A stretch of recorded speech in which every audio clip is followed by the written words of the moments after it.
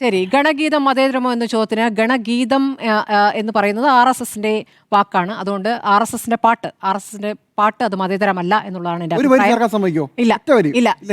ഈ സ്കൂൾ ഉണ്ടല്ലോ, വെറുതെ കുട്ടികളെ അല്ല, ഞാൻ പറയട്ടെ, അതെന്റെ പോയിന്റാണ്. ഈ ഗീതം പാടിയത് ഈ കുട്ടികൾ പെട്ടെന്ന് വന്ന് അവരെ കൊണ്ട് RSS പ്രോംപ്റ്റ് ചെയ്യിച്ച് പാടിച്ചല്ലോ, അല്ല, അവരത് പാടിക്കൊണ്ടിരിക്കുന്നതാണ്. ആ സ്കൂളിൽ RSSുമായി ബന്ധമുള്ള രാഷ്ട്രീയ ധർമ്മ പ്രചാര ട്രസ്റ്റിന്റെ ഭാഗമായിട്ടുള്ള സ്കൂളാണ്. സംഘപരിവാരത്തിന്റെയാണ് ആ സ്കൂള്. അതുകൊണ്ട് തന്നെ ആ സ്കൂളിൽ ഗണഗീതം പാടാറുണ്ട്, കുട്ടികൾ പഠിക്കാറുണ്ട്. അവിടെ നിന്നുള്ള രക്ഷിതാക്കളുടെ പ്രതികരണം കാണുമ്പോൾ ഈ RSSനോട് അനുഭാവമുള്ളവർ തന്നെയാണ് അവിടെ കുട്ടികളെ പഠിപ്പിക്കുന്നത്. അതുകൊണ്ടാണ് അതിലെന്താണ് കുഴപ്പമെന്ന് അവരുടെ പ്രതികരണം വന്നത്. നമ്മൾ ആരും തന്നെ കുട്ടികളെ കുറ്റപ്പെടുത്താൻ ഉദ്ദേശിക്കുന്നേ ഇല്ല. കുട്ടികളെ തന്നെ ചെറുപ്പത്തിൽ പിടികൂടുക എന്നത് തന്നെയാണ് RSSന്റെ തന്ത്രം. ഞാൻ പൂർത്തിയാക്കിയിട്ടില്ല. RSSന്റെ തന്ത്രം അതാണ്, കുട്ടികളെ ചെറുപ്പത്തിലെ പിടികൂടുക. അതുകൊണ്ട് അത് കുഴപ്പമായിട്ട് അവർക്ക് തോന്നുന്നില്ല. ഇനി ഇതിൽ ഏറ്റവും പ്രതികൂട്ടിൽ നിൽക്കുന്നത് ഉറപ്പായിട്ടും അതിൽ റെയിൽവേ തന്നെയാണ്. എന്തുകൊണ്ട് വന്ദേമാതരം എടുത്തു കൊടുത്തില്ല? അത് കൊടുക്കാൻ ഉദ്ദേശിക്കുന്നില്ല. അപ്പോൾ ഈ സ്കൂളിനെ തന്നെ തിരഞ്ഞെടുത്ത് അവിടേക്ക് കൊണ്ടുവന്നതും ഗണഗീതം കൂടി പാടണമെന്ന് പറഞ്ഞതും റെയിൽവേ ആണെന്ന് തന്നെ കരുതേണ്ടി വരും. അതിനുശേഷം വന്ന കേന്ദ്രമന്ത്രിമാരുടെ പ്രതികരണം, അതിലേറ്റവും ഗുരുതരമായ പ്രതികരണം സുരേഷ് ഗോപിയുടേതാണ്. ഒരു തീവ്രവാദ ഗാനമല്ലല്ലോ എന്ന് പറയും. തീവ്രവാദമായ ഒരു ഗാനമുണ്ടോ? തീവ്രഗാനം എന്താ? തീവ്രവാദികൾക്ക് പ്രത്യേക പാട്ടുണ്ടോ? അപ്പോൾ തീവ്രവാദികൾ ആരാണ്? ആ ചോദ്യങ്ങൾ അവിടേക്ക്, അല്ലെങ്കിൽ അങ്ങനെ ഒരു സംശയം അതൊക്കെ മുദ്രാവാക്യവും ബഹളം വെക്കലൊക്കെയാണ്. അത് ഗീതമൊന്നുമല്ല. ഒരു മിനിറ്റ്, ഞാൻ പറഞ്ഞു പൂർത്തിയാക്കട്ടെ. അപ്പോൾ ഇങ്ങനെയുള്ള പ്രതികരണങ്ങൾ നടത്തുന്നു. എന്താണ് കുഴപ്പം പാടുന്നതിൽ എന്താണ് കുഴപ്പം? ഇതിങ്ങനെ ആവർത്തിക്കുകയാണ്.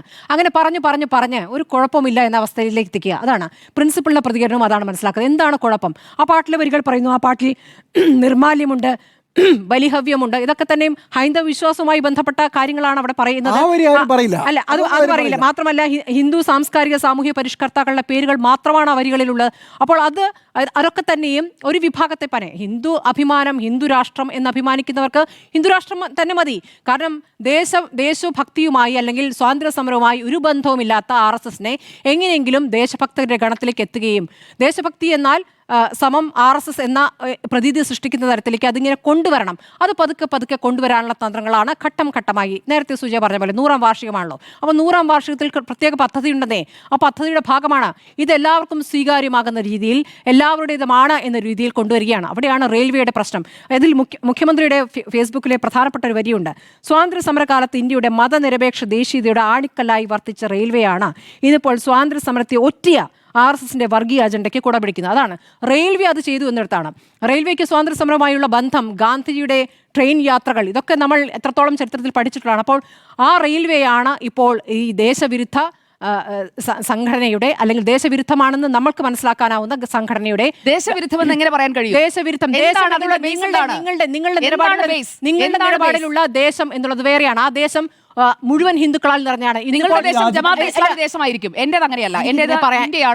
മതനിരപേക്ഷ ഇന്ത്യ എന്ന് വെച്ചാൽ എല്ലാവരും ചേർന്നാണ്. ഒരു ജമാഅത്തെ ഇസ്ലാമി എന്നൂടെ പറഞ്ഞാൽ, ഇത് എന്റെ വാദം പൂർത്തിയായിട്ടില്ല. ഗണഗീതം എന്ന് പറയുന്നത് RSSന്റേതാണ്, RSSന്റെ പാട്ടാണ്. അവിടെ RSSന്റെ ആശയങ്ങളാണ്. ഹിന്ദു രാഷ്ട്രം എന്ന ആശയവുമായി മുന്നോട്ട് പോകുന്ന, ഹിന്ദു രാഷ്ട്രം എന്ന രാഷ്ട്രീയ നിലപാടുമായി മുന്നോട്ട് പോകുന്ന സംഘടനയാണ്. ശരിയാണ്, രാഷ്ട്രീയത്തിൽ നേരിട്ട് പ്രവർത്തിക്കുന്നില്ല. സുജയ പറഞ്ഞ ശരിയാണ്. രാഷ്ട്രീയത്തിലേക്ക് പ്രവർത്തിക്കാൻ ആളുകൾ വിടുകയല്ലേ ചെയ്യുന്നുള്ളൂ, അവർ നേരിട്ട് പ്രവർത്തിക്കുന്നില്ല. അപ്പോൾ ഇവർ ഈ ആയുധ പരിശീലനം നടത്തുന്നിടത്ത് പോലും പാടുന്ന പാട്ടാണ് ഈ പാട്ട്. അപ്പോൾ ഈ പാട്ട് സ്കൂളിൽ പാടുമ്പോൾ എന്താണ് കുഴപ്പമെന്ന് ആ പ്രിൻസിപ്പൽ ചോദിച്ചതും നിഷ്കളങ്കമായല്ല. കാരണം അവർക്ക് അതവിടെ നടപ്പാക്കാൻ അവരെ നിർദ്ദേശിച്ചിട്ടുള്ളതാണ്. അത് അവിടെ നടപ്പാക്കുന്നു. കുട്ടികൾ അതറിയാതെ പാടുന്നു. കുട്ടികൾ ഇവിടെ ആരും കുറ്റപ്പെടുത്തിയിട്ടില്ല. കുട്ടികൾക്കെതിരെ വലിയ രീതിയിൽ ആക്രമണം എന്ന രീതിയിൽ വ്യാഖ്യാനിച്ച് അതിനെ വേറെ രൂപത്തിൽ കൊണ്ടുവരികയാണ്. ഇനി ഇതിനെ ഇപ്പോൾ വലിയ ഗുരുതരമായ പ്രശ്നമാക്കി, ഞാനത് ഉത്തരവിട്ടിരിക്കുന്നു, അന്വേഷിച്ച് ഉടനെ നടപടിയെടുക്കുമെന്നൊന്നും വിദ്യാഭ്യാസ മന്ത്രി പറയാതിരിക്കുകയാണ് നല്ലത്. ഇത് വലുതാക്കാതിരിക്കുകയാണ് നല്ലത്. വിദ്യാഭ്യാസ മന്ത്രി അത് പറയുകയും അങ്ങനെയൊന്നും ചെയ്യാൻ പറ്റാത്ത സാഹചര്യം ഉണ്ടാവുകയും ചെയ്യും. കാരണം ഗണഗീതം ഇപ്പോൾ പഠിപ്പിച്ചവർ പാടിയതല്ല, അവിടെ പഠിക്കൊണ്ടേ ഇരിക്കുന്നുണ്ട്.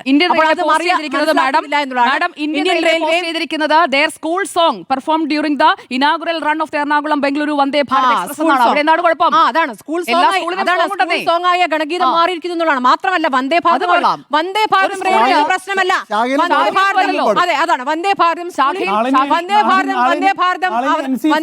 എക്സിൽ പോസ്റ്റ് ചെയ്യാൻ റെയിൽവേക്ക് തോന്നിയില്ല.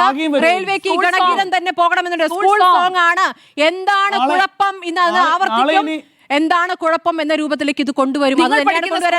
മാഡം, ഒറ്റ ക്വസ്റ്റ്യനേ ഉള്ളൂ. നിങ്ങൾ പഠിക്കുന്ന സ്കൂളിൽ എല്ലാവരും പഠിക്കണമെന്ന് നിങ്ങൾ വാശി പിടിക്കരുത്. മനസ്സിലായില്ല. ഈ എളമക്കര സ്കൂളിൽ ഇതാണ് അവരുടെ സ്കൂൾ സോങ് എന്ന് പറയുകയും ആ ഗാനം ആ കുട്ടികൾ അഭിമാനത്തോടെ ആലപിക്കുകയും പാടിക്കോട്ടെ, ചെയ്യുന്നത് റെയിൽവേ നിങ്ങൾ ആഗ്രഹിക്കുന്ന പാട്ട്, നിങ്ങൾ പഠിക്കുന്ന പാട്ട്, നിങ്ങളുടെ താല്പര്യത്തിലുള്ള പാട്ട് ആ കുട്ടികൾ പാടണമെന്ന് ശടിക്കുന്നതിനാണ്. ഞങ്ങൾ എന്നുള്ളതല്ല, നമ്മളിവിടെ പറഞ്ഞുകൊണ്ടിരിക്കുന്നത്. നമ്മൾ എന്ന ആശയം ഇല്ലാത്തവരെ കുറിച്ചാണ് ഇവിടെ പറഞ്ഞത്. നമ്മൾ എന്ന ആശയമുള്ള പാട്ടാണ് മാഡം ഇത്. ഞങ്ങളാണ് ഇവിടെ നമ്മൾ എന്ന ആശയമുള്ള പാട്ടാണിത്. നിങ്ങൾക്ക് പോകാം എന്ന് പറയുന്നവരെ കുറിച്ചാണ്. മതേതര ഇന്ത്യയെ കുറിച്ചാണ് നമ്മൾ സംസാരിക്കുന്നത്. മതേതര ഇന്ത്യയിൽ ഇവിടെ മറ്റ് ജാതികളെ, മറ്റു മതങ്ങളെയൊക്കെ അവർക്കെതിരെയൊക്കെ രൂക്ഷമായി പ്രതികരിക്കുകയും അവരെയൊക്കെ ശത്രുപക്ഷത്ത് നിർത്തുകയും അവരെ ശത്രുപക്ഷത്ത് നിർത്തുകയും അവരെ ശത്രുപക്ഷത്ത് ഇല്ലാതാക്കുകയൊക്കെ ചെയ്യുന്ന ഒരു സംവിധാനത്തെയാണ് നമ്മളിപ്പോൾ വിമർശിച്ചുകൊണ്ടിരിക്കുന്നത്. അതുകൊണ്ട് ഒരു തരത്തിലും മതേതരമല്ല. അതിൽ എല്ലാ പൂക്കളും എന്നൊരു വാക്കുകൊണ്ട് അതങ്ങനെ തീർക്കാനും പറ്റില്ല. ഒരു ഓപ്പറേഷനും അങ്ങനെയാണെങ്കിൽ പേരിടാൻ പറ്റില്ല. കാരണം ശൂലം ശിവന്റെ ആണല്ലോ എന്ന് പറയുന്നത്. RSSന്റെ പാട്ട് മതേതരമല്ല. ഓപ്പറേഷൻ തൃശൂൽ റദ്ദാക്കണോ?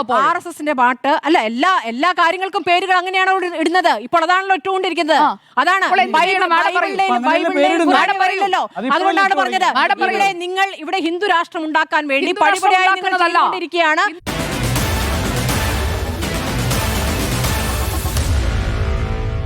Meet the editors.